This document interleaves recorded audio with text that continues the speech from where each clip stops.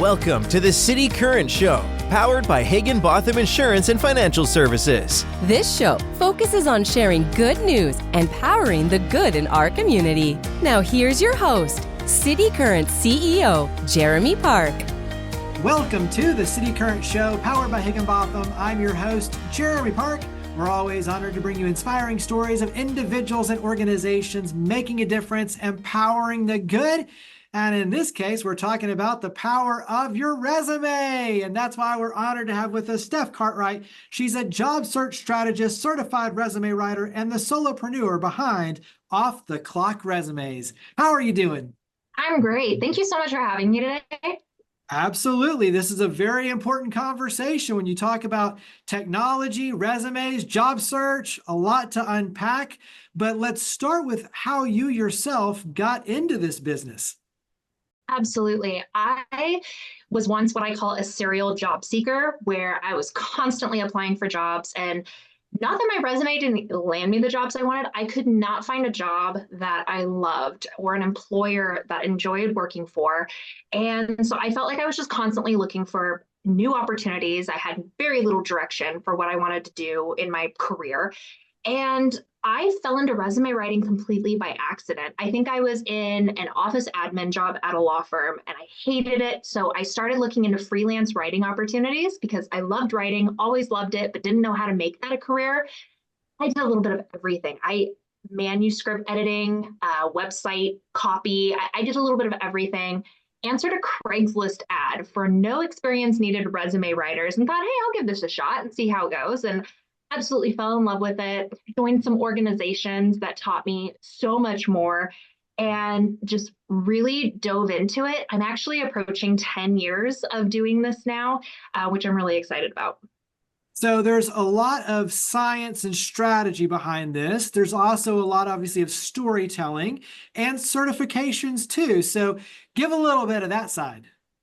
Absolutely. So I joined the Professional Association of Resume Writers and Career Coaches first, and I took their certification program, which at the time was pretty much experience-based. It was like a multiple choice question, and then you had an actual resume you had to submit for grading.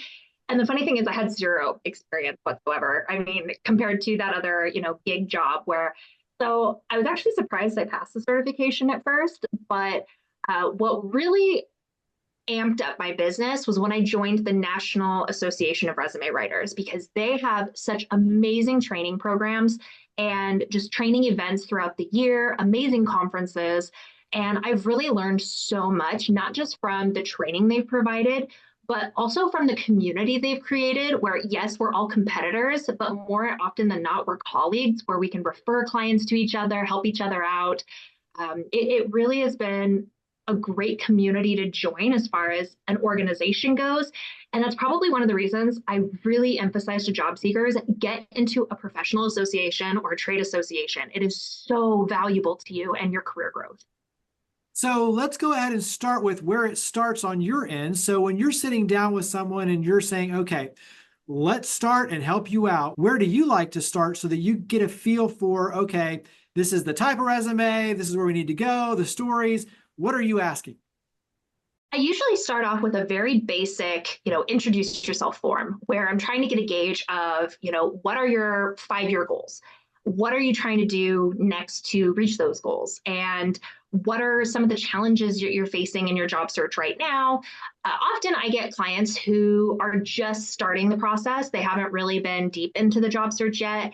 And that's a great place to be. But more often than not, I feel like I'm working with clients who have been trying for months, if not years, and they have a laundry list of challenges that they're trying to overcome in their job search.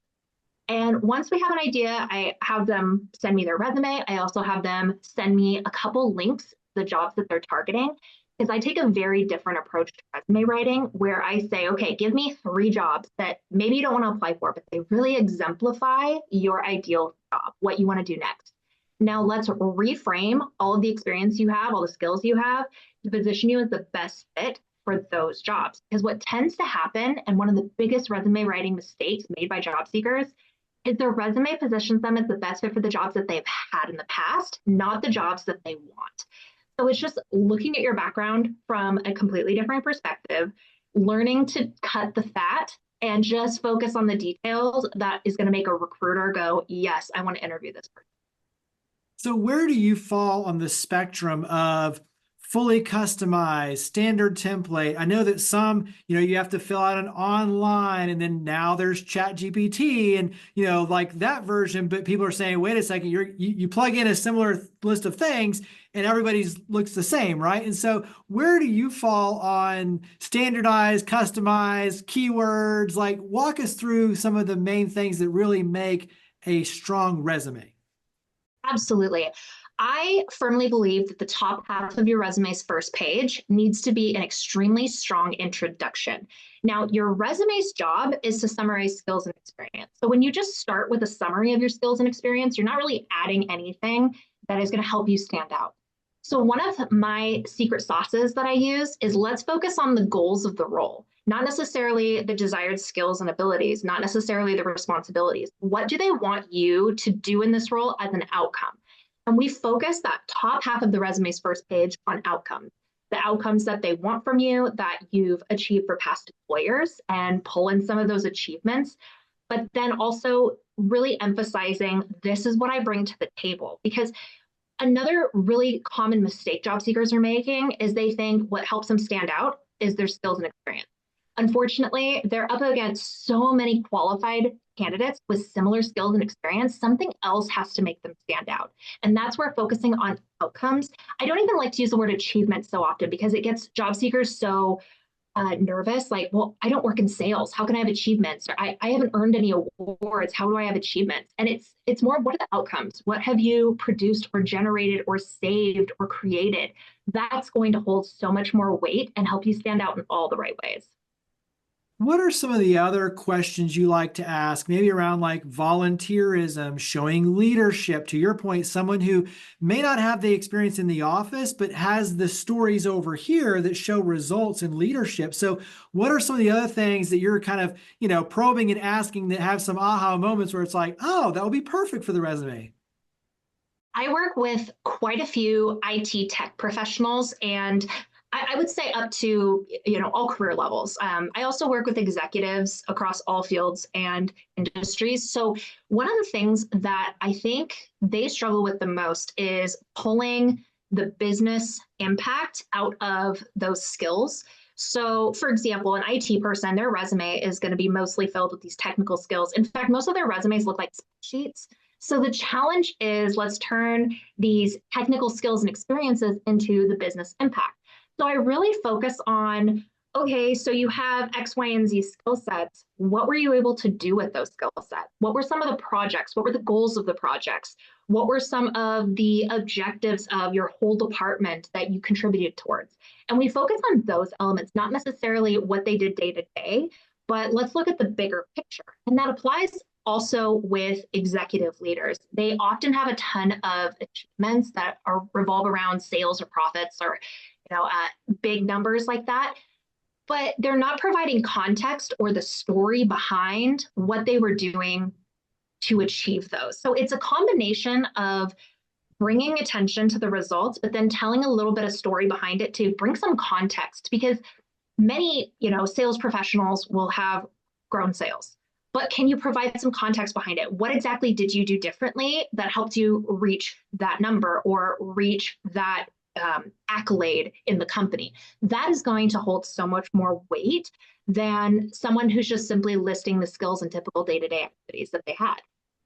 Yeah, I mean, to your point, there's a huge difference. Someone could show the same end number, but, for someone who came in and completely had to turn an organization around where they were, in the negative or about to go bankrupt, versus someone who inherited an organization that was already successful, like two very different contexts, right? So, absolutely. Your point. And I think, the value of what you're talking about is having an outside person, just like a coach in sports. They can see and help and guide, because in many cases, you're so laser focused, you can't see the bigger picture or ask the right questions. Absolutely. To get the context. So I think, everything you're talking about is so important to have outside counsel to help guide you and pull out that context and what's going to serve you best to put your best foot forward. Talk about some of the ways that resumes have changed. When you look at some of the trends and the things that you're experiencing, challenges and opportunities, what does that look like in your world? I see a lot of old resumes, 15, 20, 25 plus years old resumes that start with an experience section and they're just bullet after bullet of things that someone did. Because I think, a decade or two ago, a resume was just a list of skills and experience, but now it needs to be more than that. There needs to be a sales element, a marketing element, a branding element. Because if you think of, the recruiters back then versus the recruiters now, there's definitely a generational difference. And so, for example, I got this really heated debate on LinkedIn talking about whether or not you should have color on your resume. And it was hilarious looking at the differences in people saying it's not important and those saying, well, it helps or it makes my job a little more fun. I am not looking at the same black and white, but it's very clearly a generational difference. So you also have to think in terms of it might not make a huge difference to one person, but it might help another. And there is a human element that is still behind resumes and the screening process. And there's so much information online telling job seekers, worry about the tech, worry about ATS, worry about AI. But there is still a human element in hiring. There is still that recruiter and then a hiring decision maker, each of those roles looking for something different on your resume. So it really is a balancing act. Carry that into then the big picture of the resume is a major piece. It's one piece of the puzzle, but just like you're talking about, there's a lot of other pieces to ultimately landing you the job that you really want and having the career trajectory you want. And so talk about some of those other factors when it comes to, okay, you've got the resume, but now what in terms of giving yourself the best foot forward for success to carry that whole process through with the interview and then ultimately landing the job? Now, I'm not an interview coach, so I can't really speak specifically to interview skills. I've partnered with some amazing interview coaches for that reason. But I will say that I have seen that my most successful clients have been the ones that implement what I call a multi-strategy job search plan. So they're not just relying 100% on online applications. They're not relying 100% on their network on LinkedIn. They're utilizing these different strategies from recruiter outreach, whether that's on LinkedIn or off, joining professional and trade associations to not just network in there, but also find mentorship opportunities and training and certifications and just other expanding their reach in that field or industry. There's also following up. I think it's really important to have a strong follow-up strategy, especially when job seekers are so frustrated with being ghosted. I love telling them, well, okay, are you just using LinkedIn? Are you just using email? Let's use a different method of communication. Let's do a soft form of following up. Find them on LinkedIn, interact with their posts, and get the conversation started beyond this one mode of conversation. And I think that, these different layers, they don't have to be time consuming. They don't have to be overwhelming or even feel like another full-time job. You just have to get organized and have an actionable plan in front of you. And you mentioned the relational piece, which, as you mentioned, hiring is still a human process. While technology is enabled, the simple reality is you're working with a company and a brand, but you're working with people. And so one of the things that, we do a lot with college students, we were talking one day, is don't underestimate the power of reaching out on like LinkedIn to someone local and saying, hey, you're at this company. I would really love to go grab lunch or coffee or do a Zoom and just get to know you and learn what you enjoy about working with that company. And so striking up a personal, relationship to just simply ask questions, genuine curiosity, but then follow up and say, hey, if possible, does your company, have like a hiring incentive program? Because a lot of them do. And Yep. So you can leverage that by then having that person say, hey, so-and-so is going to be applying and the resume is going to look great, but I'm referring them in. And so now you've got a touch point with someone because so many companies are having these incentivized programs. So reaching out gives you a relational opportunity that you can then leverage to at least give yourself a chance. And I think that's now the creative side where it's like you throw in the human element, the relational element, but your strategy is there to give yourself the best chance for success. Carry that into one other tip on your end when it comes to, the resumes and just having everything in order, having your house in order. What's one other tip you like to make sure that everyone knows? I think it's really challenging, but you have to keep your head up. You have to keep your chin up and not let so much of the silence or I don't want to use the word rejection, but the closed doors get to you because it comes through in every element of your job search. It starts coming through in your application. It starts coming through in what few interviews you do get. If you can't separate the obstacles that are preventing you from landing that job from your mindset and your attitude moving forward, it's going to make it that much harder on you. So I really encourage job seekers, have a strong support system. Even if you're trying to search for a job discreetly, make sure that you have a strong support system and make sure to give yourself breaks, because a lot of people dive into a job search headfirst thinking this has to be my second full-time job. Nothing is more tiring than going into something feeling like this is my new full-time job. So give yourself breaks, keep your head up, and definitely have that strong support system so that it doesn't become really a reflection or an impact on you personally, because that will just make the process last that much longer. One of the other things that, as you're talking about, it dawned to me, going through the process with you of crafting, revamping, updating your resume will help you then fine tune your LinkedIn profile, website. Like, in other words, it gives you kind of a toolkit that you can leverage in so many other ways, and probably even use into kind of your wordsmithing for other opportunities and even interviews. So I think, giving you a strong foundation is one piece that really you can leverage in other ways too. Is that right? Absolutely. I actually encourage the clients I work with one-on-one, let's start with your resume. And then once we have that finalized, let's take a look at your LinkedIn profile. The reason is often LinkedIn, you can elaborate on things that you might want to trim up on the resume, but the resume gives you that foundation, that clear, concise message that you want to be consistent across your entire job search, whether it's your resume, your LinkedIn profile, your interview answers.